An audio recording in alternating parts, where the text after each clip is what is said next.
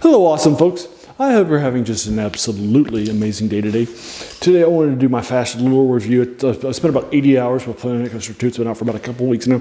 And so forth, I'm almost done with the career mode. I got two more after. I've actually finished up 3 stars on, I'm sorry, 3 medals rather, on Labyrinth designs.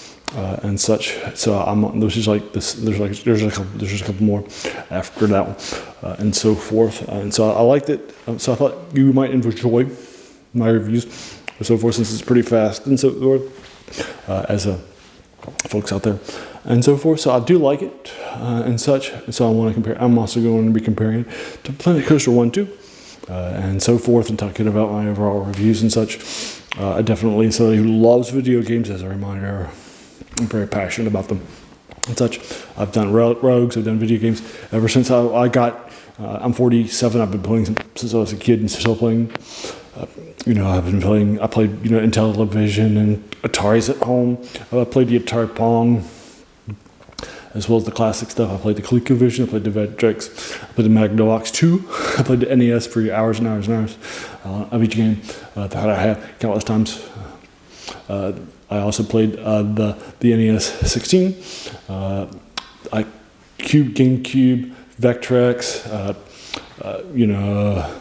I've played it all from Sega Genesis to PlayStations of all the types, to Wii's and to the handheld devices like Game Boy, and such, all the way down to Xbox stuff in modern era.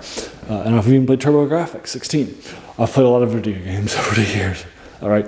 But I've also played more on PC than any other place, because it's always been a home, right? It's always been evolving.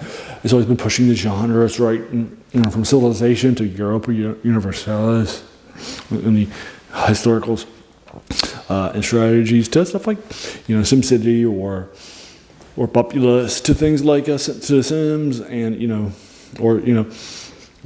or Grand Theft Autos and such and I've even played RPGs like CRPGs like Pathfinder, but about 150 hours into it just recently. And if Rogue Trader, Warhammer 40K, I just played 2 for about 50 hours or so. And such. I like to play a lot of different things out there. And I just posted my review last week of Front Office Football 9.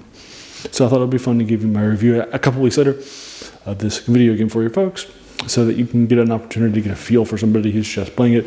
But I didn't get this for free. I had to buy it myself, right? I'm not a reviewer or a play tester, right? I didn't buy it, play it in the alpha or anything like that, right?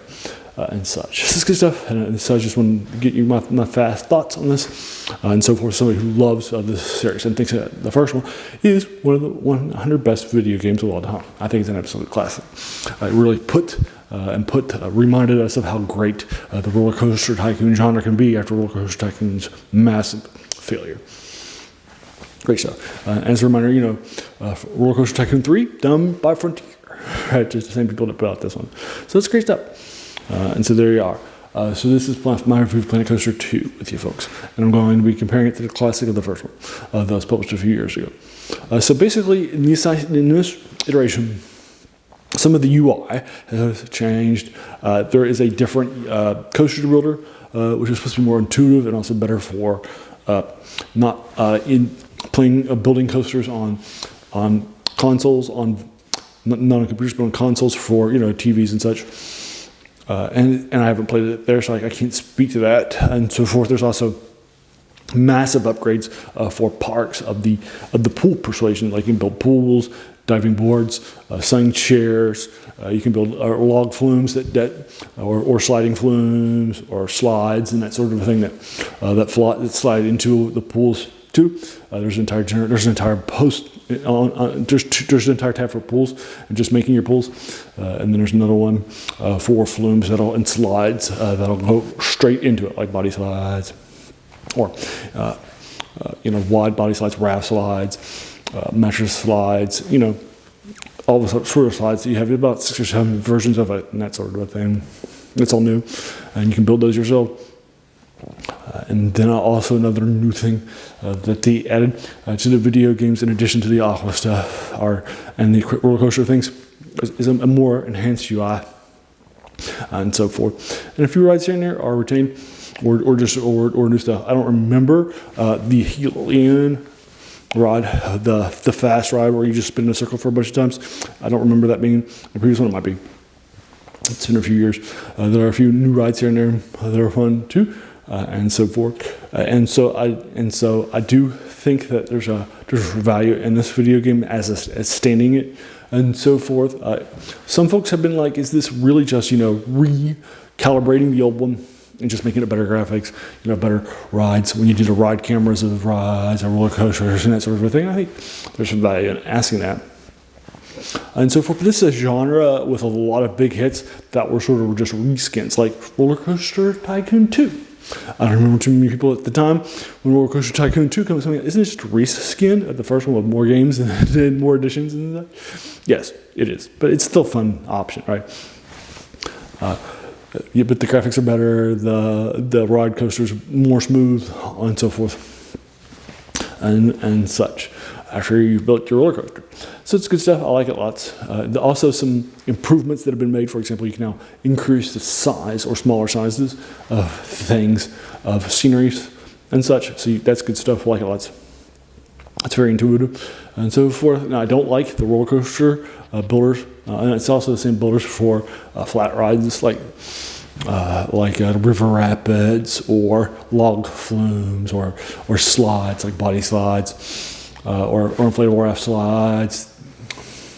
It's also the same builder for go-kart tracks, all those sorts of things, and so forth. So I don't like it as intuitive. I don't think it's as intuitive.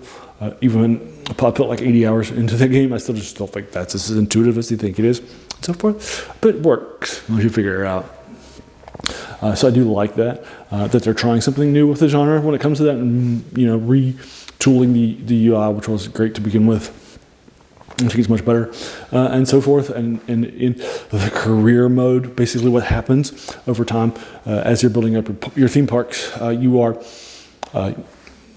caring about economy. So you can have so when you go to set your rides at different prices, you have customs where you can set it yourself, or bargains, which will automatically give you the cheapest option that people will pay, and that sort of a thing. Or you can come up with different things, or you can set your prices into your theme parks and drop your prices on your rides, or maybe only have them on your big rides like your roller coasters or something like that, right? It's totally fine. That's up to you. So you're going to worry about the finances of your parks. You're going to worry about buying new lands, just as the same, although some will introduce that and so forth. But I think it's good if you're interested in following that along, if you will. Another few things that are happening with it, in addition to building rides, building roller coasters, and such, or go-kart tracks, is managing the staff too, and then power too. You're also building up power stuff, so you have to build power stations and power grids, and then it'll run out. And the noisy power stations that you run are cheap, but they're like gas-operated power stations, or you can get the pricey solar ones that are nicer and are less of a eyesore. People don't mind, and they don't make a whole bunch of noise either, right? But they're not cheap at all. So that's all. And then there's also water facilities that you have to take care of for your pools and so forth that they added. In addition to power, so those are some things you have to manage too. Facilities and staff side too. Hiring staff like janitors and so forth. Janitors this time you cannot give them path assignments. They're just going to go about randomly, which is kind of annoying in some scenarios that I've come across so far, where you have to get a high rating or a 4.5 rating for stuff. You're like, how am I supposed to get that here? I don't know. So that's cool. That's a little rough at times. They do push you into career mode into slightly harder stuff. I do think it breaks well. So I do like career mode so far with a couple of scenarios left. But I got to post my review on Wednesday, so I'm going to be playing it again tonight and such. It's good stuff. I like it lots. So in the career mode, you get up to 4 medals. You can get a bunch of different, and you got to get part rankings up to 4.5 in order to get the highest medal, platinum medal, in all the various parts. And some parks are different. Each parks have unique challenges. Like, for example, one is a tiny little square of land on a peninsula with 3 sides on being all water. So you have a tiny, tiny little slip of land that you got to build at. This sort of thing. But I think they did a good job of it. I think it builds up stuff very, very nicely over time. So I definitely enjoy career mode so far. And then next, after we finish that, will be, and the other options are sandbox mode, where you have no money restrictions and you have everything taken care of. You just worry about that, or you can do it right, or the other one too, scenarios and so forth. So I'm going to be typically I don't do sandbox modes with these because I know a lot of reviewers do, or a lot of custom builders, because they like to build their parks their perfect way. But I like the restrictions of having to do research things, get money, and those sorts of things. And then finally, of course, like I just mentioned, researching things too at a time. So typically when you research one thing, you'll get a few things unlocked. Like, for example, the next flat rides level up, it'll happen. And then once you have researched them in your career mode one time, it's unlocked. Never have to research again. I think that's pretty good since you're the same career. You're the same, right? But you're all Planet Coaster. Right? You're all the same company, so it makes sense too. From a creative perspective, and it makes thinking a little faster too. I think it's good stuff. So there you are. So things not as good as the previous one, because I like the previous ones better for its time and such. But I think the game's fine. I definitely enjoy the park stuff. So I'm giving this. I would have given the previous one a 9 out of 10 too. This one I'm giving it 8 out of 10 too. It's good stuff. I think you'll enjoy it if you pick it up, and so forth. So there you are. Have you played it? If so, what do you think about it? Do you agree or disagree with my 8 out of 10? If so, let's talk about it in the comments below. You think it's better or worse? Let's talk about that too. If you enjoyed this, why not hit the like button, the subscribe button, the bell icon if you're feeling frisky, and then why not let your friends know too, right? Because I think it'll be fun stuff. And then, as this channel's name is the worst thing about new books. It's a quote by a French philosopher, Jacques Joubert, who says that the worst thing about them was that they kept us from reading the old ones, right? And this is definitely not an older game that's heavily influential, but the older one that this is a sequel to is a few years ago.